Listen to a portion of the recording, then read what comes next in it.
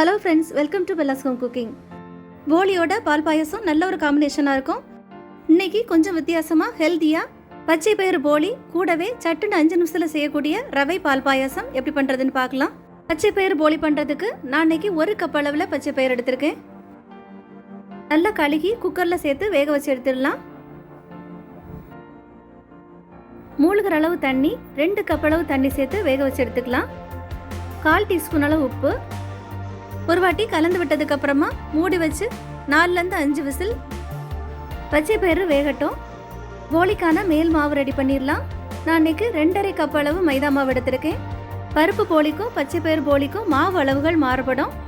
கலருக்காக 1/2 டீஸ்பூன்லேருந்து 3/4 டீஸ்பூன் வரைக்கும் மஞ்சள் தூள், 1/4 டீஸ்பூன் அளவு பொடி உப்பு. ஒரு வாட்டி நல்லா கலந்து விட்டுக்கலாம். கொஞ்சம் கொஞ்சமாக தண்ணி சேர்த்து நல்லா சாஃப்டாக பசைஞ்சு எடுத்துக்கோங்க.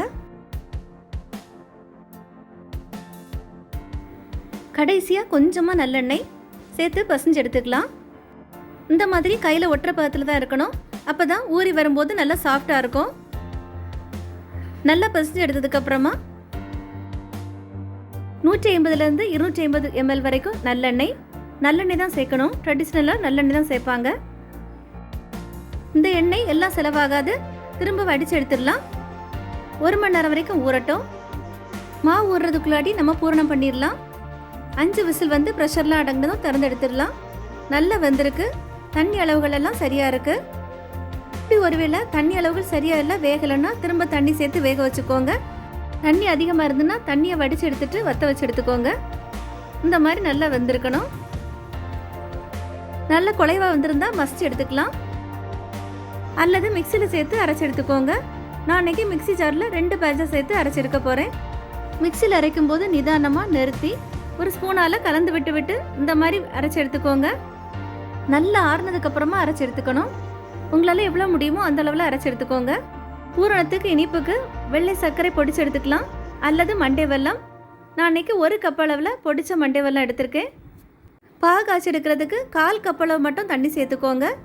1/4 கப் அல்லது 1/2 கப் அளவு தண்ணி. அதிகமாக தண்ணி சேர்த்திங்கன்னா பூரணம் இறுகி வரதுக்கு நேரம் ஆகும். மண்டை வெல்லம் எடை அளவில் 1/4 கிலோ இருக்குது. பாகு பதம் எதுவும் தேவையில்லை. இந்த மாதிரி கரைஞ்சி வந்தால் போதும். ஸ்டவ் ஆஃப் பண்ணிடலாம். சூடாக இருக்கும்போது உடனேவே நீங்கள் வடிகட்டி எடுத்துக்கோங்க. ஆறுச்சுன்னா இறுகி போயிடும், வடிகட்ட வராது. மெட்டல் வடிகட்டியில் வடிகட்டி எடுத்துக்கோங்க. பேன் சூடானதும் 2 டேபிள் ஸ்பூன் நெய்,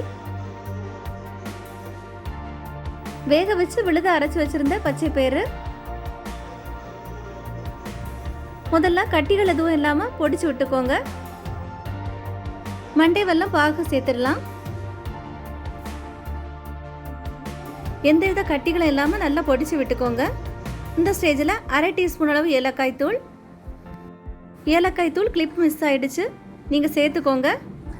இந்த மாதிரி நல்ல கெட்டியான பதத்தில் வந்ததும் தீயை ஆஃப் பண்ணிடலாம். கீழே இறக்கி வச்சு நல்லா ஆறட்டும். நல்லா ஆறிருக்கு, கை பொறுக்கிற சூடு வந்திருக்கு. இனி இதை உருண்டைகளாக பிடிச்சிடலாம். எல்லாமே இந்த மாதிரி உருண்டைகளாக பிடிச்சி வச்சிடலாம். நம்ம ஊற வச்சுருந்த மேல் மாவு 1 மணி நேரம் ஊறிருக்கு. மேலே இருக்கக்கூடிய எண்ணெயை வடித்து எடுத்துடலாம்.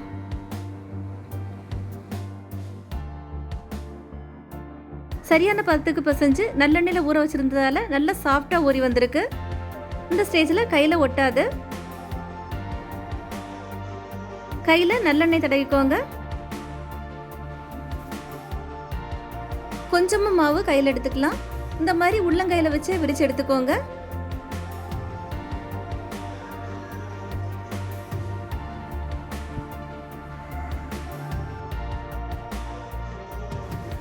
பூரணத்தை நடுவில் வச்சு மாவு இந்த மாதிரி வச்சு மூடிடுங்க.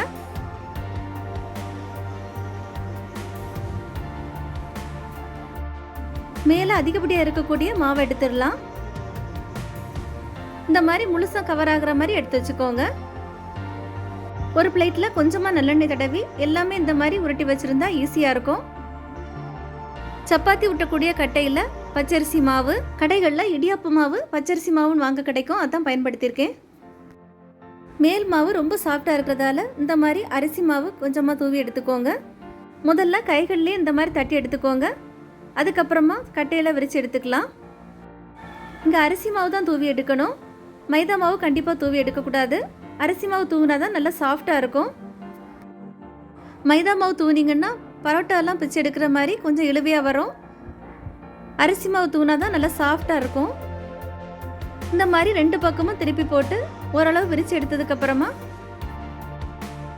சப்பாத்தி கட்டையால் மெதுவாக விரட்டி எடுத்துக்கோங்க. ரொம்ப அழுத்தம் கொடுக்கக்கூடாது. அழுத்தம் கொடுத்தீங்கன்னா உள்ளே இருக்கக்கூடிய பூரணம் வந்துடும். திருப்பி போட்டு விரித்து எடுத்துக்கோங்க. அடியில் அரிசி மாவு எப்போவுமே இருக்கும்படியாக பார்த்துக்கோங்க. அப்போ தான் ஒட்டாமல் வரும். அதிக அழுத்தம் கொடுக்காம இந்த மாதிரி மெதுவாகவே விரித்து எடுத்துக்கோங்க. தோசைக்கல்லில் போடும்போது இந்த மாதிரி சட்டாப்பியால் எடுத்து போட்டுக்கணும். எல்லாமே ஒரு பிளாஸ்டிக் பேப்பர் அல்லது இந்த மாதிரி ஒரு பட்டர் பேப்பரில் போட்டு வச்சுக்கோங்க. சுட்டு எடுக்கும்போது ஈஸியாக இருக்கும். கொஞ்சமாக நெய், 4-5 சொட்டு நெய் ஊற்றினா போதும். அரிசி மாவில் விரித்து எடுக்கிறதால அதிகமாக எண்ணெய் தேவைப்படாது. கையில் எடுத்தீங்கன்னா ரொம்ப சாஃப்டாக இருக்கிறதால பிஞ்சு வந்துடும். சட்டாப்பையால் எடுத்து போட்டுக்கோங்க. திரும்ப மேலே கொஞ்சமாக நெய், நல்லெண்ணெய் கூட பயன்படுத்திக்கலாம். நெய் சேர்த்திங்கன்னா நல்லா வாசனையாக ரொம்ப சாஃப்டாக வரும். மறித்து போட்டுக்கலாம். சப்பாத்தி சுடுற மாதிரி தீ ரொம்ப அதிகம் வைக்கக்கூடாது. ரொம்ப குறைவான தீ அல்லது மிதமான தீயில் வச்சு சுட்டு எடுத்துக்கோங்க. திரும்ப ஒரு வாட்டி மறித்து விட்டுக்கலாம். மேலே இந்த மாதிரி லேசாக ப்ரௌன் நிறம் மாறி வந்ததும் எடுத்துடலாம். ரொம்ப ப்ரௌன் ஆக வேண்டிய தேவையில்லை. நம்மளோட போலி தயாராகிடுச்சு. ரொம்ப ரொம்ப சாஃப்டாக இருக்குது. கையில் தொட்டதுமே பிஞ்சு வர மாதிரி ரொம்ப சாஃப்டாக இருக்குது. இது கூடவே சட்டுன்னு 5 நிமிஷத்தில் செய்யக்கூடிய ரவை பால் பாயாசம். ஒரு பேனில் 2 டேபிள் ஸ்பூன் அளவு நெய் சூடானதும் கொஞ்சம் முந்திரி பருப்பு பொன்னிறமானதும் எடுத்துடலாம். அதே பேனில் தானே கிஸ்மிஸ் நல்லா பலூன் மாதிரி வந்ததும் எடுத்துடலாம். அதே பேனில் 1/4 கப் அளவு ரவை நல்லா பொன்னிறமாகிற வரைக்கும் வறுத்து எடுத்துக்கலாம். குறைவான தீயில வச்சு வறுத்து எடுத்துக்கோங்க. ரவை நல்லா வரப்பட்டு நிறம் மாறி வந்திருக்கு. 1 கப் அளவு தண்ணி, குறைவான தீயில மூடி வச்சு வேக வச்சிடலாம். ரவை சீக்கிரமாகவே வந்துடும். 2-3 நிமிஷத்துலேயே வந்துடும். இதில் 1/2 கப் அளவு சர்க்கரை, 1/2 டீஸ்பூன் ஏலக்காய் தூள் நல்லா கலந்து விட்டுக்கலாம்.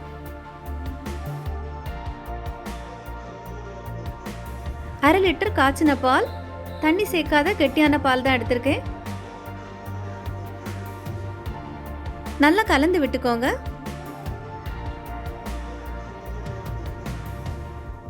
நல்லா கலந்து விட்டதுக்கு அப்புறமா 2 நிமிஷம் கொதிச்சா போதும். 2 நிமிஷம் கொதிச்சிருக்கு. பாயசம் ரெடி ஆயிடுச்சு. இதில் நம்ம வறுத்து வச்சிருந்த முந்திரி கிஸ்மிஸ் சேர்த்துடலாம். ஏலக்காய் தூளுக்கு பதிலாக 3 ஏலக்காய் கூட தட்டி சேர்த்துக்கலாம். கடைசியாக 1/2 டேபிள் ஸ்பூன் நெய். பால் காய்ச்சி வச்சுருந்தா சட்டுன்னு 5 நிமிஷத்தில் செஞ்சு முடிச்சிடலாம். ரொம்ப டேஸ்ட்டாக ரவை பாயசம் தயாராகிடுச்சு. பச்சைப்பயிறு போலி, ரவா பால் பாயசம் ரெண்டுமே தயாராகிடுச்சு. போலி ரொம்ப சாஃப்டாக இருக்குது.